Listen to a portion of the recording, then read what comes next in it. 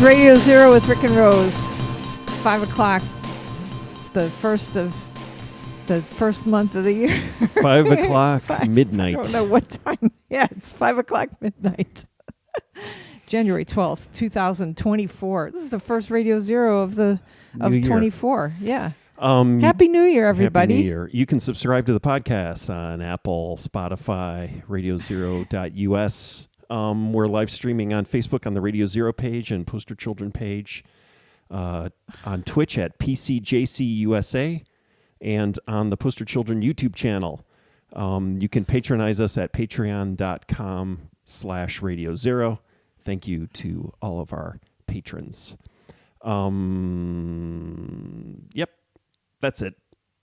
Oh, yeah. So we're yet another 5 o'clock every other Friday, although I think next 2 weeks from now you're still going to be gone, so we're going to have to figure out, and we may not have an episode 2 weeks from now. That's true. Yeah. Okay. I've been on Zoom meetings from 8:30 to 4:30 today, and 8:30 to 4:30 yesterday. It's Zoom week at our jobs. My head is like on a screen. It's so weird, and it's not like it's reminding me of COVID or anything. It's just like you're concentrating so hard on what these people are saying, and it's not the kind of Zoom meetings where you could be like off knitting or eating or anything like that. You have to be on the whole time and paying attention, because it's important shit that we're getting done. And you too. Yep. Yeah. Did you have all day? Were you on all day too? Not today. Did anyone cry in your meeting? No. Nobody Actually, cried in mine either. Yeah, it's been fine. Yeah. I think it's easier for people not to cry in Zoom meetings, right? I mean, is there a lot of crying on Zoom? I don't know. Actually, that's a good question. That is a good question. Like if you're like gonna, like you're gonna dump your girlfriend or something, you want to do it over Zoom instead of like in real life. Is that like an email dump or like a texting dump? Hey. He dumped me on Zoom. I think that's fine. I think especially if you were quarantining, I don't think it's the same as dumping someone via text. I think Zoom is better. I think in the hierarchy of dumping, I think dumping via text is much worse than dumping via Zoom. I actually had to dump somebody via Zoom this week. I had to do that. That was but it was more like, hey, this relationship isn't working out for us, like we should just it's real obvious, like I think we'd be happier apart. That's how that one went. So it was a professional relationship. It was a professional relationship, and I cried afterwards. So I cried the big tears afterwards. So that's the Zoom. Yeah. So then you can shut your you can turn off your camera. Yeah. Just like when you need to pick your nose, the same thing. Pick your nose or cry. You can turn off your camera temporarily. You know what else, though? You can't eat on Zoom. Apparently, that's like not a good thing. Like you can't do that. I didn't know that. I was watching this. So Walter Matthau.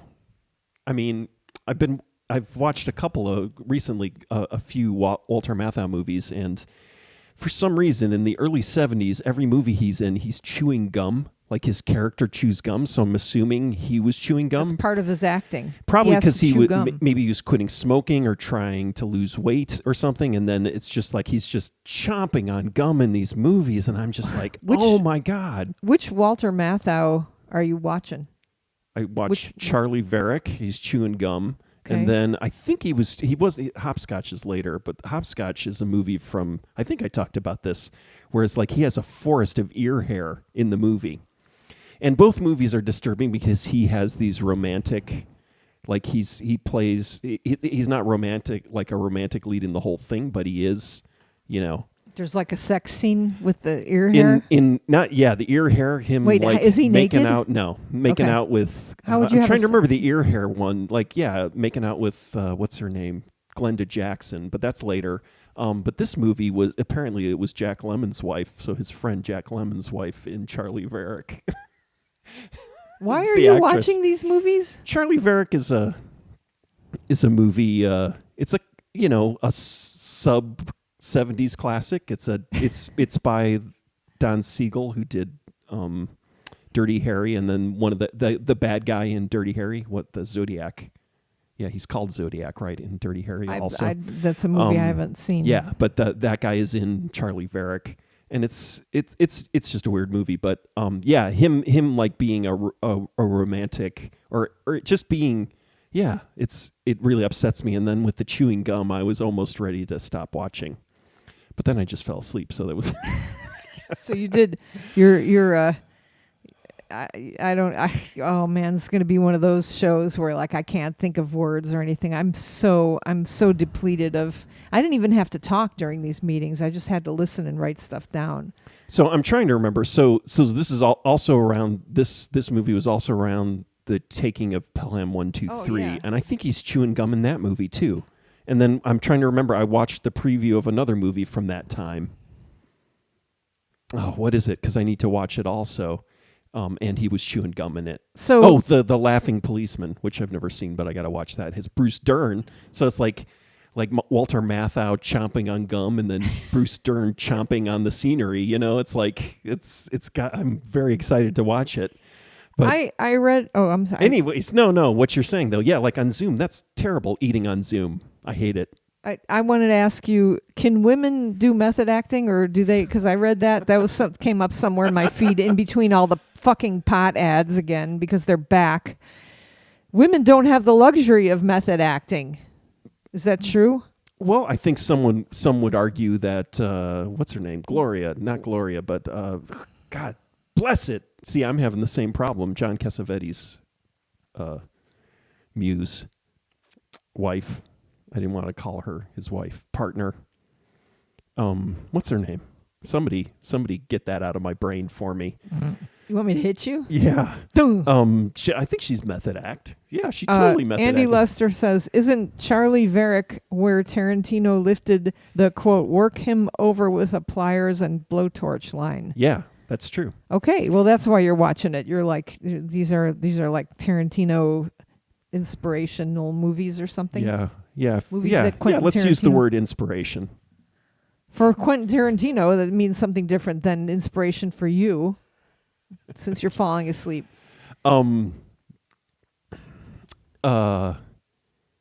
of the Independent. What is his? He's also a crop duster. Last of the Independents is what his crop dusting jumpsuit says on it. Flight suit. Last of the Independents. It's amazing. But somebody already used that. Who is it? Rory Gallagher or something? Some 70s rocker used that, but I love, and I think other people have referenced it, Last of the Independents. Women method acting? He's looking it up. No, I'm not. I'm Okay. writing this down so I don't forget. Okay. Can women method act? Are they allowed to? It's more like, are they allowed to? That's what do they have the is it allowed for them to do that? I think it's becoming Do they accepted. have the privilege of doing that? 50 years later, right? Yeah. And there are some movies have actually more than one woman in them now. So women, So maybe one of them could be method acting and the other one couldn't. I don't know. I just saw that like while I was falling asleep. I realized I was up all night last night just trying to look at the internet, and when the words, I couldn't even comprehend the words anymore. I was so tired. Okay. Dana DeCock says Gina Rollins is Cassavetes' spouse, according to Wikipedia. Yeah. No, they were married, but I when I said, Cassavetes' wife, because I it felt like it didn't put her. It made her. That sounded like it was just. I mean, I think she's a peer, and a partner. Once in a while you see this, there will be a story, and this doesn't happen so much anymore, but you'll see a story in the newspaper, and it'll be like, this person's wife did this, and it's like, oh wait, that's not, she has a name. She has a name. Yeah, what's the Gina Rollins movie where? I mean, it's Cassavetes' movie too, but she's definitely chewing the whole movie the whole time. Woman under the influence. Yeah, totally. Yeah, so they can, but not full time. And I think they have to do it in independent films. Like, what's her name? Yeah, what's her name that we saw the movie about the the artist. The artist who was having an installation. It was called like installation or something like that. That was method acting. Well, I'm just saying that to do real acting, then not to just do movie Gloria star acting. Andy's writing Gloria. Yeah, Gloria is the movie, but yeah, Gina Rowlands. But A Woman Under the Influence. So what exactly is method acting? Then let's do the definition. So I have a reminder when I finish the Francis Ford Coppola book to get out the method acting book. Somebody wrote a book about. I listened to an interview with him. I think it's been a year since it came out, but a book about the method. So that's a complicated thing. And because there was a division, right? And Stanislavski method, right? The method, and basically, kind of getting in touch, direct emotions and feeling, like tapping into your own memories. Although there's a battle about that too. So it's a very complex thing. The method. But Martin Sheen in Apocalypse Now. Yeah, and so I don't know. Yeah, I'm trying to remember what Martin Sheen's background in terms of acting, like his like whether or not he was a method actor, right? Literally, as opposed to like Stella Adler, like with Marlon Brando. So there's like the actual people who went through the kind of classic method, and then there are the people who are kind of like actor. Yeah, I just don't know Martin Sheen's history. Can you tell us about the book that you're reading? That what is it? Oh gosh, I can't remember the name of it because it's not just called Francis Ford Coppola Goes Crazy in the Philippines, but it's a book about that time. Yeah, and so it's good. Who wrote it? I can't remember. But somebody wrote it. Yeah, like yes, someone wrote it. The problem I'm running into is when if you've seen Hearts of Darkness, right? That's you know a lot of compares. what's going on, but it's definitely more in depth. It has some of his personal history. So I've never actually read a biography. So it's kind of centered around the Apocalypse Now shoot, but it bounces back and forth to his childhood and I had read a little bit. I recently been reading about Nicolas Cage and his father, right? So Francis Ford Coppola's older brother is Nicolas Cage's father, and how Nicolas Cage's father, the dynamic in that family is just really crazy. He's the eldest son. Nicolas Cage's father is the eldest son, right? And was the one that everyone thought was going to be the star, kind of. Man. So it's interesting, but there was one massive 2-page block of just his ranting, those scenes in Hearts of Darkness where his wife, I can't do it anymore. What am I going to do? Eleanor Coppola was recording and filming, right? And so obviously this guy, I think it's authorized. It's not quite a biography, but it's maybe authorized. It's authorized, and I think he's done interviews with all the Coppolas in the present day and all the actors. So it's a real book, but there's a chunk which is just a direct kind of dense 2-page transcription of his rant. His rants that you see a little bit of, or I feel like there was a lot of it in Hearts of Darkness. This is just so is that actually writing, or is it just you're just kind of taking a huge giant quote and not even editing it? But it was interesting because it was like a free form, stream of conscious, philosophical thing. But so this book is great though, because it makes an argument about somebody wrote a review that I really liked because even just I've just begun it, but is it called The Path to Paradise by Sam Weston? Yes. Okay. Path to Paradise. And so the classic book about the kind of 70s era is, what is it called? It's been 20 years since I read it. Easy Riders. What is it called? Somebody else. Easy Riders, Raging Bulls. Is that right? Yeah. Easy Riders, Raging Bulls. And How Sex, Drugs, and Rock and Roll. Yeah. And so somebody was arguing, and that's a great book, but somebody was arguing that book, kind of makes the case that Francis Ford Coppola was a lunatic, right? And a failure. right? Because of the way he spent all, blew all his money and everything like that. But this book is more about, he's a true artist and really believed in film and wanted to build a community.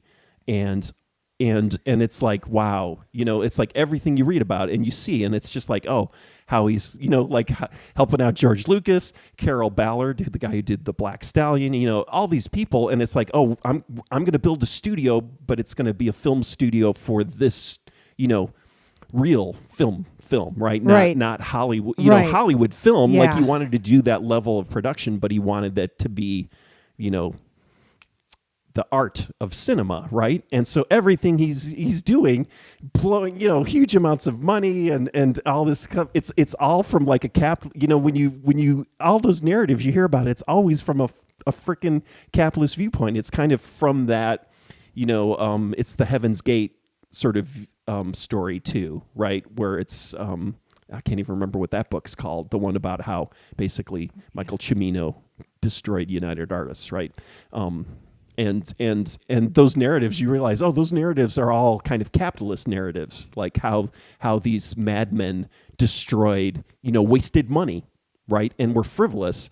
And this book is kind of, at least as I'm reading it, and then what this reviewer is saying is like, oh, these are artists. This is an artist. He's trying to make a community of artists. What I wanted, a genius, madman, leader, like visionary. Which he was, yeah. And I'm thinking of the crap I saw. We talked about this as the Napoleon going, I don't know how old I was. It was like in the early 80s, and seeing that restoration and projection of the Abel Gance's Napoleon from 1927 with the 3 projections and the full orchestra. And is it Carmen Coppola directing? And it's like, that's like the fact that even happened. So is wonderful, right? Yeah. It just makes you want to live more. So and The Black Stallion, right. That movie, like just the fact that movie saw exists. that movie. You've seen you've No, got to have seen The Black Stallion. But anyway, I have not. So what lessons can you take away that you can apply to your job here as my employee? at Illinois State University in the Creative Technologies program, soon to be school. I don't know. I have no idea. I don't even know how it applies to myself. But I do remember, it was even reading about, I was doing a deep dive into the recording studio that the Cars had in the early 80s, and the inspiration. Well, actually, it started out as a different studio in Boston, the one where like Aerosmith's first record was recorded, like Dream On or whatever I think is recorded there, and a bunch of stuff in the 70s, and then the Cars bought it in the early 80s. That's where Shake It Up was made. But the idea was it was going to be like Warhol's factory. It was going to be this community for musicians and stuff like that. Not just, and it's similar to what Coppola was talking about with and was doing and has done, with American Zoetrope, right? It was that idea is that we're buying all the gear. We've got the studio where, it's a full studio, in the classic kind of Hollywood studio sense where everything's within, the facility, but it's devoted to, and that's the problem, completely, artistic and visionary, projects. With no concern at all for commercialism or with whatever you were talking about. So the thing is that for a while, that kind of stuff, watching this Walter Matthau movie, this Don Siegel movie. There was, up until like 1980, there was a market for grown-up movies, so basically those could be commercial. Yeah. Right? Yeah. Yeah. I'm asking you, like, this whole collaborative, like, I wrote this down, like, we were lamenting over that, the fact that there's no support. I probably shouldn't be talking about this, but there's no support. If you want to teach a collaborative class, you have to have the same amount of students still in your class, and then the other professors got to have the same amount of students in their class too, and we can't just have 2 professors teaching one class. with half the amount of students that they're normally teaching, because there's not really support for that right now. We're like paying for new buildings and whatever else we're doing and stuff like that. But I put forth, and I shouldn't be putting forth, that you can have collaborations. They just have to be the right ones, right?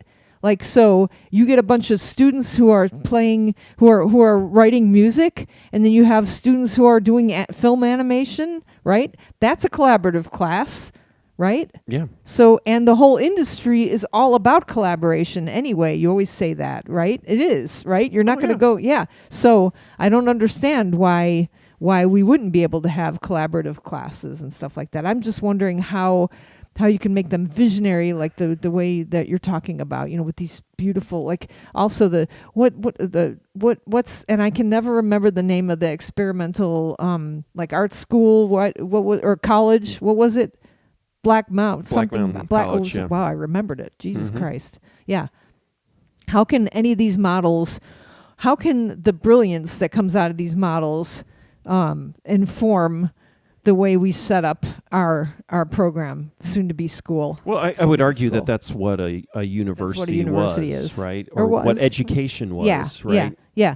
And even just thinking about that, I was listening to some interview of a person who had just, I should find, listen to it, find it. It was on NPR, but it was about a guy who taught himself how to read. He's an adult, and how the system kind of failed him, and then now he's on, like, either TikTok or YouTube, and he's reading 100 books this year or last year, and it's just the process of that, and just realizing, just the importance of education, and how it also, but that commercial focus, right? That's simply like we're training workers, and we've talked about this too. Is that crazy booklet that my mom gave me a bunch of my old school stuff, and inside it had a booklet from 1971 about for the parents. It was about your child's first day at kindergarten or something, and it's like we're building, we're building scientists and poets or something. It was just like, and I was like, oh my God. This, the school would get burnt down. People would come at it with torches if you handed out a document like that now. Had each little kindergartner come home with this socialist pamphlet. Or, I mean, it's not even socialism. It was just like, we're going to create well-rounded human beings who have an appreciation for culture and science and a community. And it was just like, oh my God. Okay, you have a question here. Here's your question by Chris Walker, because I'm not sure. This is probably a reference to something, but is it safe to drive to the store for gum? I don't know. Is that referencing anything here, or are you just asking us about the deadly storm that's headed our way, and it's going to make the Iowa caucus not happen, and Trump's going to win because of it? He's going to win anyway. I know. Yeah. So go drive to the store for gum while you still can, Chris. Here's now, like, I can barely see because I have these great new contacts that allow me to see like 200 feet away. But Tim Schwartz, I think I see the words Bauhaus, I see money, and I see Frank Lloyd Wright. Let's see if I can make it through this, Tim. The Bauhaus is a great example. Frank Lloyd Wright tried his version with Taliesin. Universities here have very different agendas these days. And he wrote DAZE. Yeah. Nice. Research and triple $ focused. Yeah. Well, that's because the state is not funding us as much anymore. Well, I wouldn't say that. I would say, but the thing is there was a great book a few years ago about that. Is just arguing the universities changed over and over again. It was it was before it became the kind of state school system. Actually, it was we can talk about Harvard. Yeah, I'm sure it's on everybody's mind. And I have not been paying attention. Yeah, Why I know, would we but care about it this week? Because we didn't have a Radio Zero last week, so we're going to have to catch up. So you're going to have to tell me what happened at Harvard. I think a lady got disposed of. Well, she she stepped down, but it was because of accusations. Because she's anti-Semitic, right? No, I forgot. Oh no, she's not at all. anti-Semitic. I forgot. Well, I'm doing the thing. But we talked about it. We talked about it last show about what was going on with the rich. Just the rich people, right? So not this. So some of them are I was going to say progressive. Some are on the left and some are on the right. But their unifying thing is they're rich people who donate to these elite schools and then think they have the right to tell those schools what to do and their opinion should be listened to because they're billionaires, right? And hippies. Yeah, and so and then this all became kind of a conduit for, I think, partially revenge on this the former president of Harvard. But she also, people dug into her. What was it? One of her thesis or some of her research, and there was plagiarism. Yeah. And then what happened was that billionaire, whose wife was a professor at MIT. Then somebody turned around and dug into her thesis, and there was plagiarism there too. So it's like, okay, wait a minute. Wait, is plagiarism the academia version of pedophilia now? It is. Well, I don't. Like that would diminish. I feel like that diminishes the pedophilia or plagiarism. Yeah. Well, no. Yeah. I think that's a more. To me, it's worse. But but it's also whether or not you attribute something to someone, and then So like the billionaire's wife, she just didn't give a direct attribution on a quote, I believe. But even though she referenced the source, but the whole thing started where, like, what was what's the question that they would keep asking? It's like a free speech thing. Are you still an anti-Semite? Yes or no? Tell me. Yes or no? Are you still an anti-Semite? Still beating your wife? Yeah, that's what it was. No, say it for real though. It was about. Do you think that the I don't know, like Palestinians should have free speech or something like that? What was it? Like is hate speech welcome on your campus? Right. Yeah. Is it against the code of conduct? Yeah. Right? Is hate speech against the code of conduct? And it's like yes or no. Just say yes or no. And the problem is, we talked about this. The problem is like with people like that, it's a slippery slope because you say yes, and then it's like, well, why didn't you do this? Why didn't you do that? Why did you allow this to happen? And why are you allowing them to teach, evolution? It's kind of a no-win situation. Yeah. Because it's like, do you believe in free speech? And it's like, yes. And then it's like, but why did you tell this Nazi they couldn't do that? And then it's like, or why did you? But now it's like, then these fascist people who don't, also these fascists, can use anti-Semitism as a way of getting at these people. And meanwhile, I've got all kinds of different directions I could go from here. Like the big orange, goober is back, right? Trump is back, which makes the news more entertaining. Did he ever leave? No, they haven't been talking about him as much, but I've heard he's talking crazy shit, and then you hear that and it's like, oh my God, there's another Fast and Furious out. Wow, this is great, Well, that legal argument that, if you order, what was it? Ordering SEAL Team 6 to assassinate a political rival while you're president, that wouldn't be a crime, or he shouldn't be. Oh yeah. That's So crazy before shit. It's like, but Colorado and Maine, or what are the two states? The two states that were trying to get his name off the ballot on the primary, and then that's already gone, right? His name is back on. That. Yeah. But his name is back now. There's been a resolution, right? Yeah. So this is it's all just part of it's all part of the spectacle. Can I ask you a question about AI?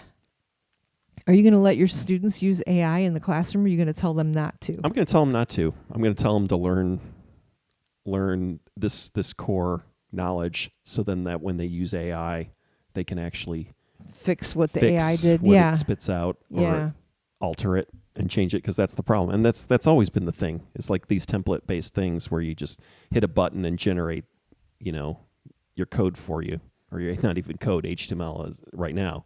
Right now, it still generates a mess, kind of, or it'll work, but how, like, if you want to add something to it, I guess you could regenerate it, but then it's going to regenerate something different, right? Yeah, my students are using, in my computer programming class, I was like, yeah, go ahead, use the AI, but they get themselves to a point where the program doesn't work at all anymore, and they don't know why. So so it's interesting. Okay, so Joe Christmas says Happy New Year, and Cody B is back, says pedophilia is a requirement to become a billionaire. I was just listening to Hard Fork. Is it the Wall Street Journal? Just had a whole thing, kind of documenting Elon Musk's drug use. And what kind of drugs does he use? Like hallucinogens, ketamine. Really? And tons of stuff. And like some of it's recreational, some of it's occupational. Occupational, but it's and then the question is, well, why do you need, why is this a discussion? And it's like, well, it's one of the most powerful people on earth. And if he can do it, we should be allowed to do it. Sorry, somebody left the board of Tesla, I think, early, because they're like, this guy is fucking. He's starting to get a little out of hand. Like, it's one thing to have a little ketamine to get your level out your mood, but if you're raging, full on, hallucinating, can you tell me what? Oh, go on. I need to look it up. What does ketamine do to you? Doesn't it make you crazy? Isn't it? That's the K-hole. Smaller. No. They're doing that's something else. Microdosing. They're doing. Yeah, but whether or not it's microdosing or whether or not he's doing, it's just and the whole idea of the fact that a lot of Silicon Valley's got a lot of hallucinogens, is part of that. But the reality is, though, is that I don't think Steve Jobs was on acid for the last 40 years of his life. Maybe he was. I don't know. But my assumption is that he wasn't. So it just seems like he's and it kind of starts explaining why he's pretty. Yeah. He's a moron. He's probably if you lost all that money, you'd probably start taking hallucinogens again too. But the fact that you're gonna you kind of just say, I'm gonna buy Twitter, and then it's like, oh shit, what did I say last night when I was on shrooms? And it's like, how can I get out of buying Twitter? Which, remember, there was that lawsuit. Yeah. Oh, crap. I guess I'm gonna have to spend. What was it? $45 billion? How much? I have no idea. Yeah, so it's just like, so stay off drugs, kids. Drunk dialing. Well, no, I mean that was the rationale for why it should be, why they went full on and did a full investigative report and got Wait, so this was in the Wall Street Journal? I think it's the Wall and then Street this Journal. is on Hard Fork. They talk about to it. The reporter. Oh, that's cool. I'm so far behind on my Hard Fork.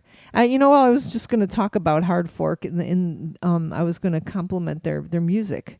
The music is really nice to listen to.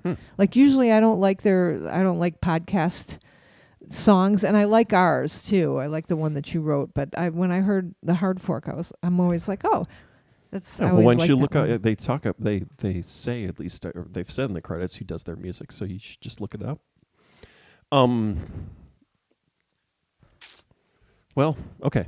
So we segue from drugs to David King? Sure.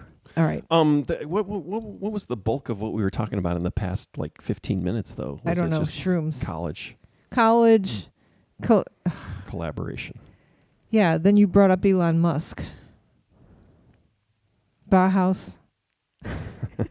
Visionary academic programs, and then Harvard. Oh yeah, you asked about Harvard. Yeah, I asked about Harvard. How's Harvard going? And then plagiarism versus pedophilia. Pedophilia versus plagiarism. Okay, yeah, we don't need to do. I just needed. I got collegial collaboration. Okay, I just need to write a little note so I can have a list of things that we talked about. So a character from our past has passed away. So yeah. David King. Yeah. Dave, yeah. That's. And Mike Ingram wrote a whole long thing about him, but one of the things he said was he was magical. He was magic. He was like a magical figure. He was like a mythical figure. Yeah, and college towns have people like that, right? I feel like, and big cities, right, or like arts communities, right, always have a person who's kind of a what would you call it? Austin had its Leslie, right? And there's Beetle Bob. Dave was a little less. He wasn't. He was a little more of a well, maybe I don't more remember functional. what Leslie did as a artist. Yeah, I don't. Right? I only know the name. Yeah, well, so my earliest memory. So he wrote it must have been, the comic strip. So the Bob and Dave comic strip. Yeah. So having there was a newspaper, the college newspaper, right, the Daily Illini at U of I's paper, which had a long history. George Will, I guess, but also Robert Egert. A long history of, but the Daily Illini, when it was still a newspaper, print, when there were still print newspapers and college papers, he had the comic strip in there.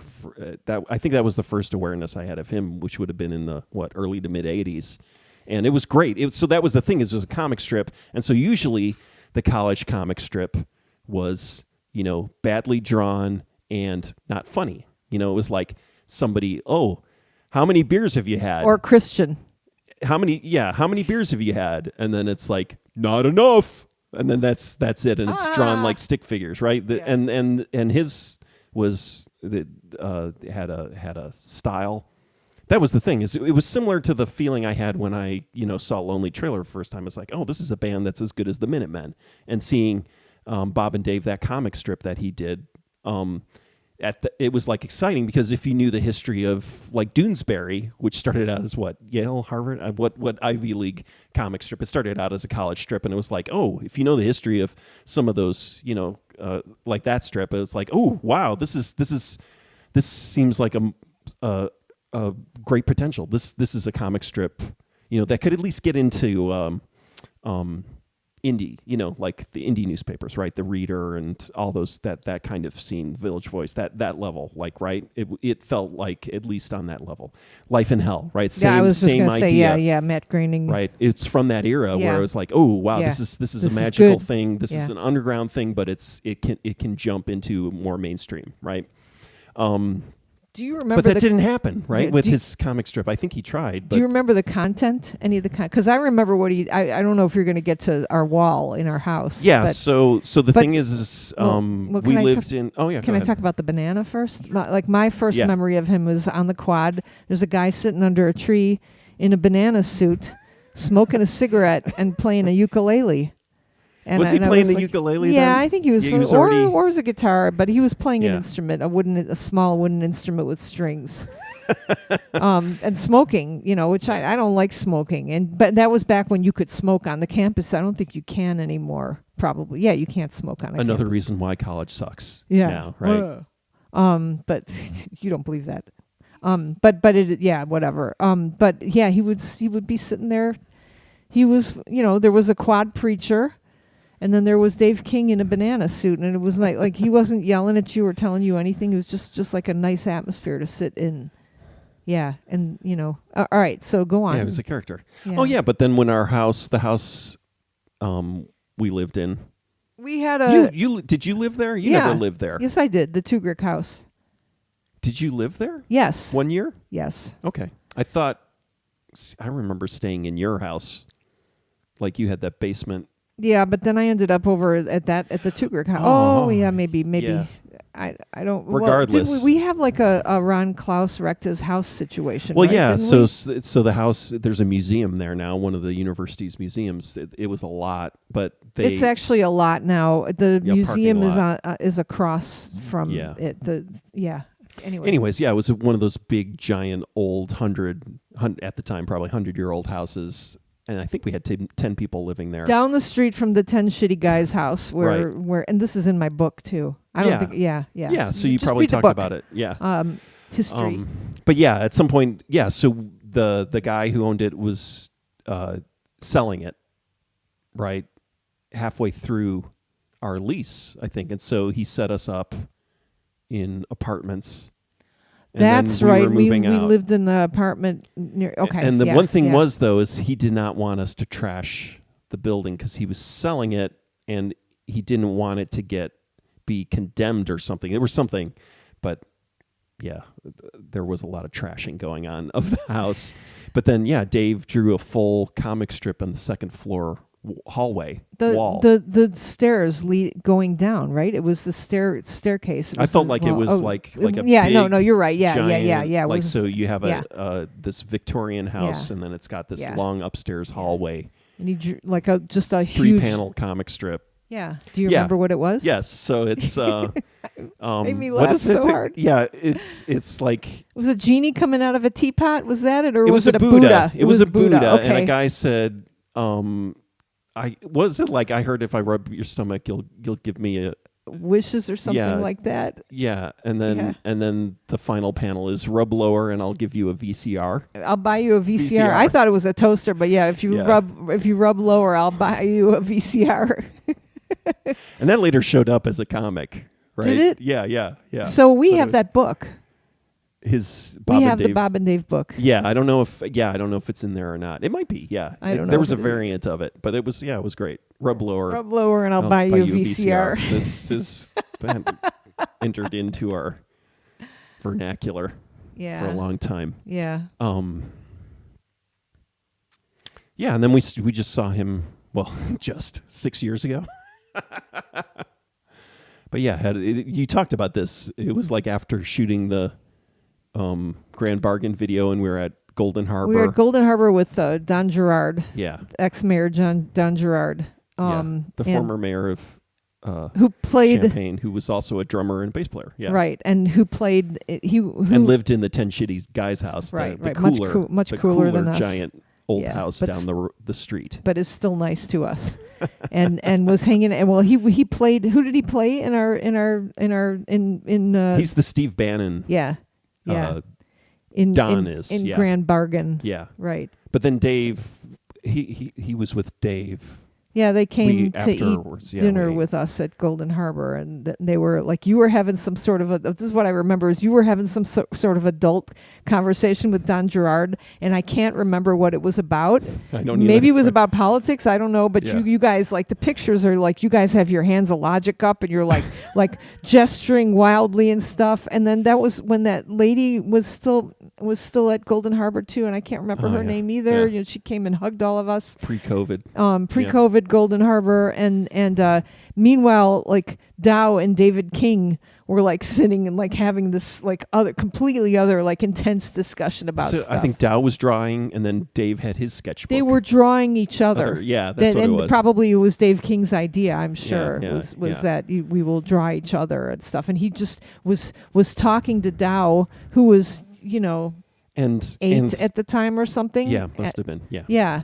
And just the same intensity as you were talking with Don Gerard. Yeah, it was amazing. And the thing is when we told Dow, he was like, ooh, and then I showed him the picture, and he was like, oh, that guy. Like, he yeah. remembered him. It was like a profound, because it was connected to drawing. So Dow draws also. Our but I mean, son. spent probably an hour and a half or something with him, and was like, oh, that guy, and then, and if you know anything about kids, from that age, they don't remember anything usually. They'll remember certain things. They'll remember things, but like people, it's like, don't you remember you met this guy? Right, exactly. But he remembered him because he's magic. Dave King was magic, and also, in the middle of the night, I got a text from Graham going, "What happened to Dave King?" Yeah. And I don't know what happened. And I guess my first impulse was to start asking people what happened, but we just don't do that anymore because I don't want to know. Yeah. Well, I do, but the other thing is I have a picture. I saw a comb on the street today. I took a picture. Oh, of Angie. Yeah, so I thought of Angie today too. And then I thought about Nick Rudd too. It's just frustrating. I thought about Pat Heinzman, another person who, we had a timeshare when we were growing up in Florida because we were rich and privileged. And so I knew her every day, every year I would get to visit with her. It was like family, and she's gone too. So yeah. So what do we learn from this? And also my dad died. Yeah, everybody dies. Everybody dies. So That's right. what else do we learn from this? Take advantage of people while they're still here. Take advantage of people Take while they're advantage still of here. people. I don't like that message. Somebody today was talking about how they were, I can't remember now. Never mind. Yeah, woof, that went out of my mind really quickly. So okay, so I learned from a teacher this week that I need to learn about timeouts, and apparently, I didn't know about that. But hearing from this one special teacher made me realize that I needed to I needed to implement timeouts in my life. And I realized that is something I anti-do. I absolutely do. I do the opposite of that. And like whatever a timeout is, I do the opposite. I do. Yeah. Like somebody needs a break from, let's say, me. And it's not just you, it's like the kids too. Like I would just like I'm gonna have to contact Graham, Columbia man, and apologize for his entire existence for like going after him instead of giving a timeout.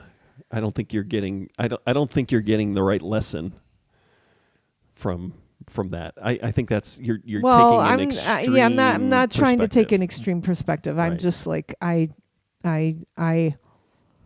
I know for a fact, like I can feel my body just going, wait, no, just wait, and yeah, I don't know. Wouldn't waiting be good? Yeah. Yeah. Okay. No, not Yeah, no, yeah. wait. No, Yeah. it's wait I to know. the person. It's Yeah. like, wait, no, you can't have a timeout. I need to know that, that everything's not gone, like that's my thing. So I was really happy to learn about timeouts, times out. Do you have another call? No, I just had my watch buzzed and I couldn't figure out what was Yeah. going on, and then I saw something there, and I'm just checking the New York Times, like what was the alert we got about that knucklehead somebody lost a some shoe. football person? It's Yeah, like, that happens. New York Times, you have all my data. You know what I read. You should have a profile of me. Don't send me an alert about a football sports coach. Alert. Maybe Yeah. they're trying to get you Yeah. to care about it. Yeah, try All to right, get me to care about what sports. else we got? That was the ETF, the exchange, the Bitcoin ETF. Let's do that. Yeah. No, yeah. we don't. I mean, we don't have to say much, but Oh, I don't have anything else on my list that I can talk okay. about. All right. I mean, Well, what do you want to know? well, tell me all. Well, now you are we can- rich now? You can just you can buy Bitcoin just in the same way you can buy gold and junk bonds now. It can be you can or oil. Right? Okay, and so like on the internet, whereas you couldn't do that before. No, as like a financial company can sell you an ETF. So your What does ETF stand for? exchange traded fund. Okay. So just in the same way, it's like, oh, you can invest in gold, but you don't have to go out and buy gold. You can just A put in company can own it and then you can put in $100 into this. Yeah. And it's you're buying $100 worth of gold, but you're not actually buying the gold, right? But you haven't bought any instrument. Bitcoin. It's And- a financial instrument right. to allow you to invest in things, and so now you can do that with Bitcoin. That's what's happened, and so. And our label takes Bitcoin. If you want to buy a Poster Children record with Bitcoin, you can. That's not true. Oh, it's not. Oh, Well, damn. I don't know. I don't think I thought have you any. could. I don't think I have anything in maybe. Oh, you mean like a Lotus Pool? Yeah. Oh. Oh, yeah. I didn't mean us. Oh, okay. I meant Lotus Pool, the record label that Poster Children is on. Yes. Yes, chef. Okay. Okay. Is that it? And you haven't bought any Bitcoin and you're waiting, No. but it's gone up. I've never bought Bitcoin, actually. I know, but it's gone up, right? Yeah, And but I we think have it went back down. You've got a bunch of Ethereum too, right? I do. Yeah. But again, I basically spent $10 in 2017 to buy a little digital picture, and have just built my massive crypto empire on that, on $10. All right. And that's an exaggeration. I do not have a crypto empire. So what are you looking forward to most this week? School starting, I know. Oh yeah, going back to work. I mean, what do you how? I'm looking forward to having a few more days before everything starts. Okay. Yeah. What we got a what holiday. media are you looking at? What media? Yeah. Like, am I watching TV? Yeah. What do you? Oh yeah, I said I watched. Oh, I watched. You know what I watched is a documentary about. Oh, I got to look up the name. See, I need to take notes. Yeah. The school bus kidnapping. Oh my God! Yeah, I came in there. So you didn't remember this? No, I don't. So Chowchilla, the 1976 Chowchilla kidnapping, which, so I would have been about 10 when this happened, even a little younger. But I have a vivid memory of this because I believe there were like diagrams on the newspaper how these kids were buried under the ground and stuff. So basically what happened was these kids, it was a summer school thing. They were on the school bus coming home from summer school, and these guys, well, they found out later, these guys basically hijacked the school bus and took 24 kids and the bus driver, drove them somewhere. This is terrifying. Or no, already. dumped them, put them in vans.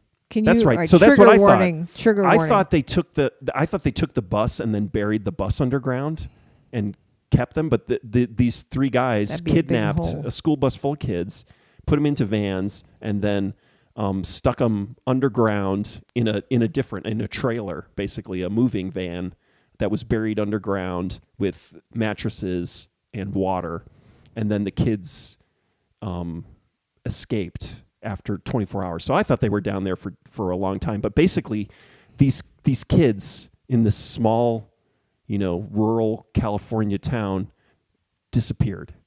Like in the afternoon. Why did the kidnappers do this? So it's this crazy rich guy. I did fall asleep a little bit during, but it was like a crazy rich kid who and he got these brothers to help him out. He wanted to make money of his own, right? So he was like this trust fund kid, and then he wanted to kidnap these kids and then hold them for ransom. And so it's just this really kind of sociopath rich kid who hatched this insane kidnapping plot.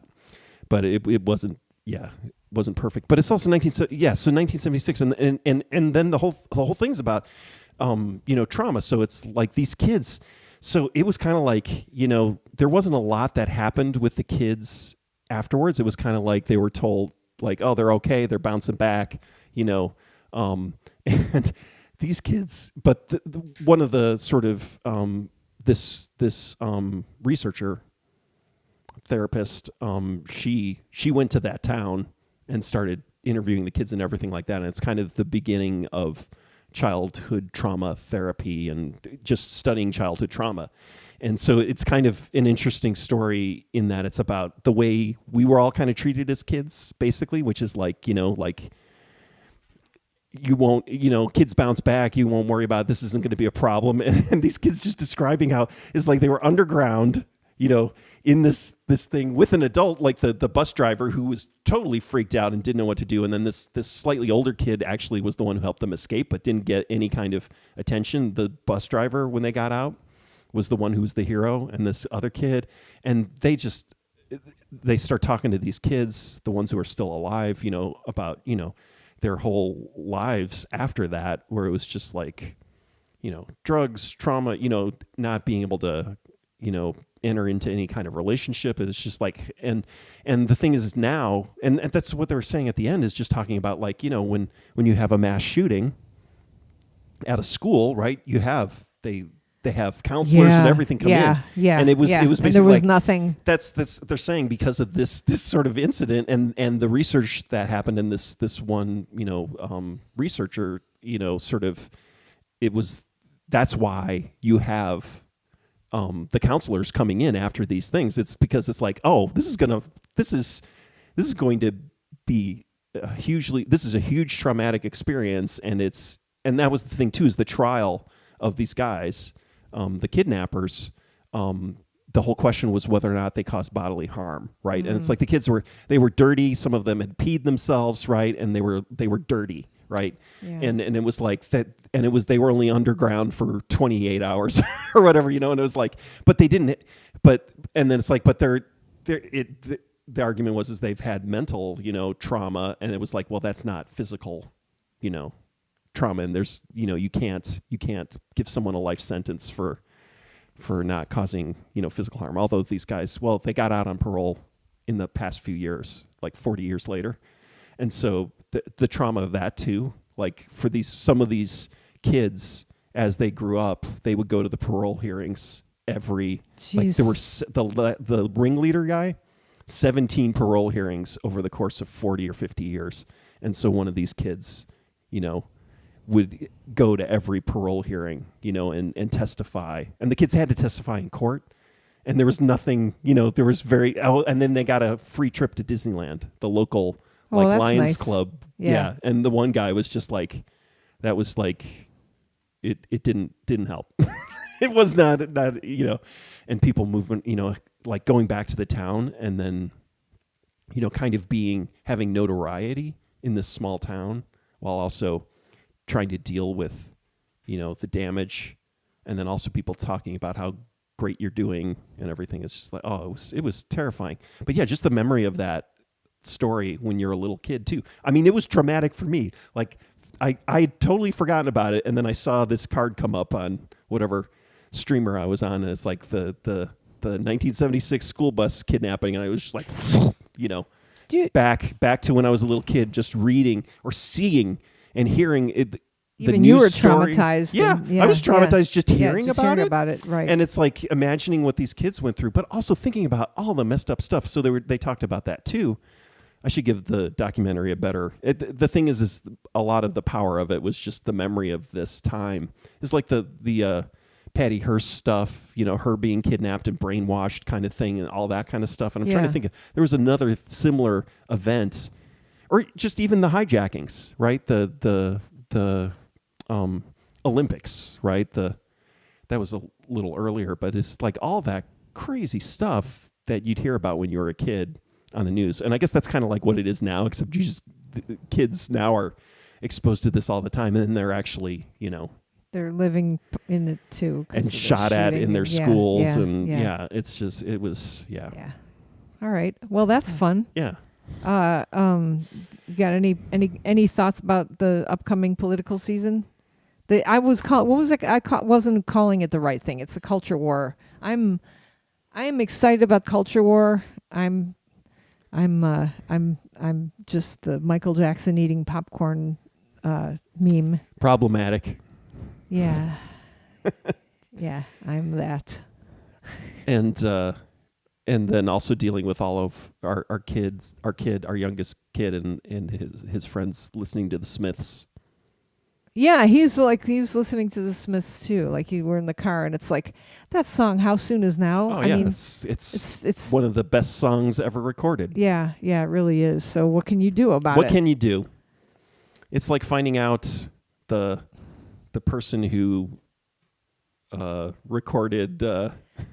Wait, so Morrissey did he? It's like the person who wrote "Roll Over Beethoven" was a pedophile or a sex pest. Wait, is Morrissey he was a sex guy, or was he? No, he's just a Republican, right? He's just like a Nazi Republican, right? A vegan Nazi Republican. Yeah, he's just a Republican. He's Rose. Like he's complicated. Right. It's just like Billy Corgan, right?